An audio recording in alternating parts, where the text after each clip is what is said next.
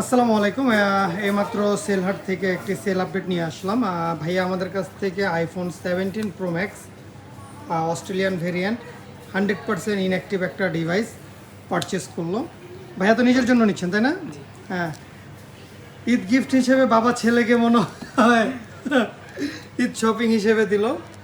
Actually প্রত্যেকটা বাবাই চায় যে প্রত্যেকটা ঈদই তার সন্তানের হাসি খুশি হোক।